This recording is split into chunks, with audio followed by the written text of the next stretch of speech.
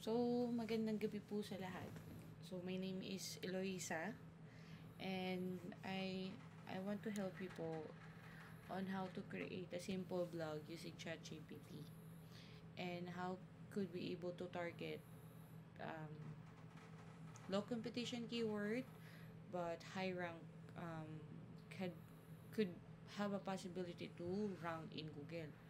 So, kung itong video po nito is all about creating content on how I create my content, okay, sa website po na sinusundan ko. So, for this website, the niche topic of this website is mugs. So, for this, we create blogs and create topic blogs related to the niche topic of the website. For example, for this one, kung makikita niyo po yung website, meron mga tumblers about pastors, pickleball, meron din tayong family niche, like about dads, uncle, moms, mother-in-law, father-in-law, and we also have mugs for, let's say, engineering mugs, about profession mugs, doctor, architect, etc., etc. So out of this niche, from the product itself, we create blogs, ideas. So for in creating ideas, we start in getting keyword. So we search our keyword sa Uber Suggest. Ito yung main tools that I use to create the blog itself. So, for example, dito sa Uber Suggest, it's a free plan. So, hindi nyo kailangan magbayad. Gawa lang kayo ng account. It's a free tool na we could get an idea. So, for this, pag pumunta kayo sa section about SEO opportunities, makakakita kayo ng mga opportunity keyword that could able to rank on your niche. Okay? Depende kasi sa niche talaga siya ng product or ng website eh. Okay? So, since kasi itong website na ginagawa ko ng blog, it's marami siyang niche na topic na related product. Kasi nga, it's a mugs. Tapos, maraming mugs related in different niches. So, maraming opportunity. So, as I said earlier, I created vlogs out of keyword. So, yung first step is to get keyword. So, yung target ko in creating keyword always in getting low competition keyword but has a potential ranking. Hindi naman tayo naghahanap ng high volume kagad kasi depende kasi yung target mo eh. For example, itong website na to, ang DA niya is 12. Domain authority niya. Bawat website kasi may domain authority siya. So, kung makikita nyo, ang website na yan, may mga domain authority. And then, domain authority can build through backlinks, etc. etc. Maraming way. So, try nyo na lang i-search sa YouTube how to know or how to grow my website domain authority. But for this website kasi yung domain authority niya is maliit lang siya. Okay? Kasi pa-start pa lang din tong itong website na to. So, kung makikita nyo, yung domain authority niya is 12. Which is medyo mababa siya. Kung gusto mo nag-rank ka, dapat meron kang mataas na domain authority. Pero pag newbie ang website mo, medyo mahirap yan. So, moving forward, yung goal natin is to get a keyword. So, syempre, yung keyword mo, i-connect mo din sa panahon. For example, ngayon, January ngayon. So, syempre, gifting kasi. I'm focusing on the niche topic na gifting. Kasi, syempre kasi, yung website ko is mga mugs na usually our customers, they give them to their friends, family, pag may mga occasion. So, ito yung mga binibigay nila parang as a gift. So, my topic is related in gifting also. So, kung makikita nyo yung mga topic ko is uncle gift guide, mga wedding gift guide, Christmas party experience gift idea, etc. etc. So, depende dun sa niche topic. So, for this, hanap tayo ng law competition keyword, okay, na mababa ang competition. So, na-related din naman. So, yung isa sa nakita ko dito is a Valentine's gift mug. Okay. So, this one, kung nakahanap na ako ng topic dito, kung makikita nyo dito, meron siyang wait. Ayan, meron siyang nakikita na there is a good chance you could rank well in this page for this keyword. Okay, kasi kailangan mo kasi pag nag-rate ka ng blog, ang target mo lagi is to be in a rank 1 sa Google search. So, for this one, ang SEO difficulty niya is 8, which is very easy. Pag sinabi mong easy, okay, yung niya, yung competition niya, hindi ganun kahirap.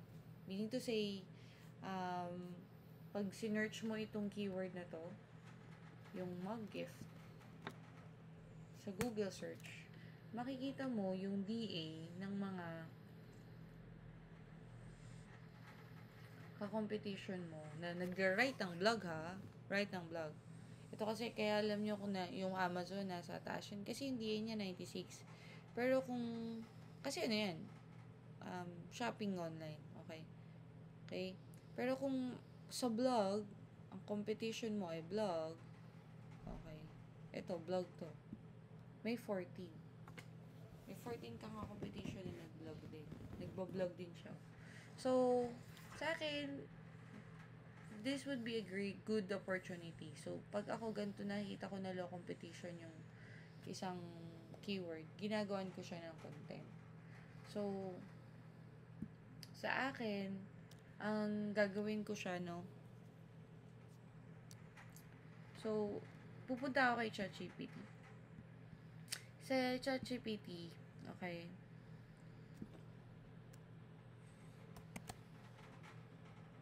meron ako ditong, ano ba tawag doon? Map. Meron akong topical map.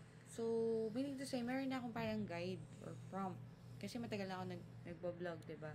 So, sa akin, meron na akong mga prompt na nilalagay kay ChatGPT para mag-create ng blog. Tapos, ang ginagawa ko, na lang siya. Pinuproofread ko na lang siya, tapos human edit ko na lang siya kung ano yung mga pwede kong ayusin. So, eto na yung prompt na ginawa ko na I found effective na nag-rank naman yung mga vlogs na iba na kine-create ko from this So, from this, pag gusto nyo makakuha ng copy ng prompt na ito in writing vlogs, just message me and I can send you. Okay? So, si ChatGPT, ipa-prompt ko lang siya, ika-copy-paste ko lang siya. Ayan. Next, ika-copy-paste ko lang din siya pag natapos yan. Ayan. Ika-copy-paste ko lang din yung mga yan. Kasi kailangan kong i-prompt and i-make sure na si ChatGPT, yung pinaka gusto kong parang target sa blog ko is magigets niya yung, it's like a human sound blog, okay? Na hindi siya sinulat ng isang AI lang. Okay? So, yan lang natin siya. Okay. So, yung next na prompt ko is about need to apply 10 steps. So, yan yung mga prompt ko sa kanya.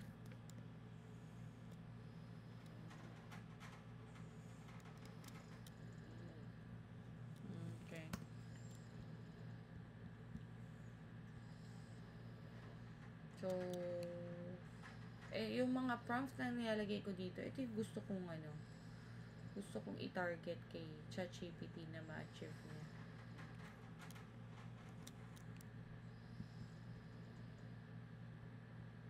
So, kung makikita nyo, I will incorporate the principle SEO guide.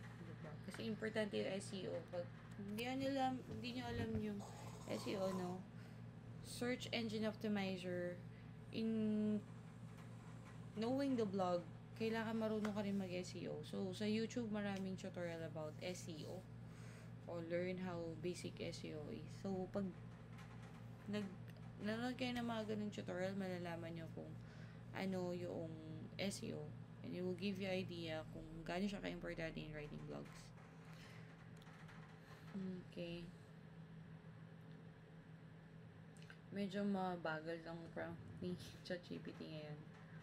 So, i-wait lang natin siya. Okay? Hanggang sa matapos siya. Kasi gine-generate niya yung buo na yan eh. Ang pag-prompts kasi sa ChatGPT ang susi para makuha mo yung parang content na gusto mo. Kasi siya yung magsusulat eh, AI. So, ikaw, i-proofread mo lang siya.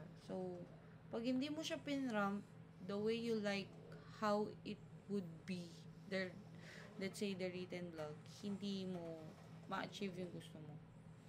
Okay? So,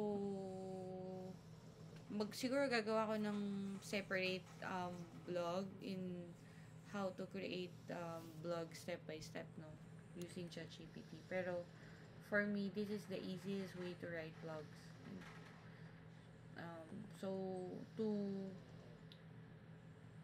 wrap up this video, no, first you need a tool, okay, in creating blogs. So I use Uber Suggest. Second, you need to know your niche target. So, if yung niche target mo is fashion, know the niche target of that website. Okay? For this, sa akin, maraming niche yung website ko. So, I need to know my niche topic na related dun sa website. Yung third is you need to search a keyword that it would be a, let's say, low competition keyword that could give you a chance to rank in first page in Google search.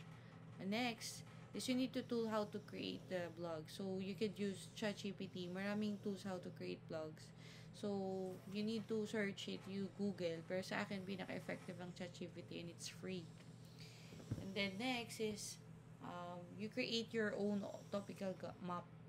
So, you create your topical map sa YouTube. Okay? Meron ka makikita how to create a topical authority map. Okay? So, pag sinearch mo yun sa YouTube, malalaman mo kung ano yung topical authority map bakit kailangan siya in creating blogs. So, yung next is, meron ka ng map, and then you execute writing blogs by using ChatGPT. So, sa akin, yun lang. Siguro gagawa ko ng separate video in how to create a blog. Okay, step by step. For this is my introduction in creating blogs. So, let me know if you have questions. Comment down below kung ano pa yung pwede kong may help sa inyo. Pero, for in this pattern is really helpful to me. Kasi, basically I'm not a professional blogger, but I tried my best to study and watch more tutorials on how to be an SEO expert or how to write blogs. Okay. And then sa akin kasi parang practice makes perfect talaga eh. If you're let's say a VA that, let's say, trying to find a skills, yung blog can be a start point. Okay? Marami siyang parang pwedeng maging opportunity. Okay? Pag nag-aral ka ng blog. So, let me know if you have any questions, and I'll do my best na mag-help. So, thank you and have a great night.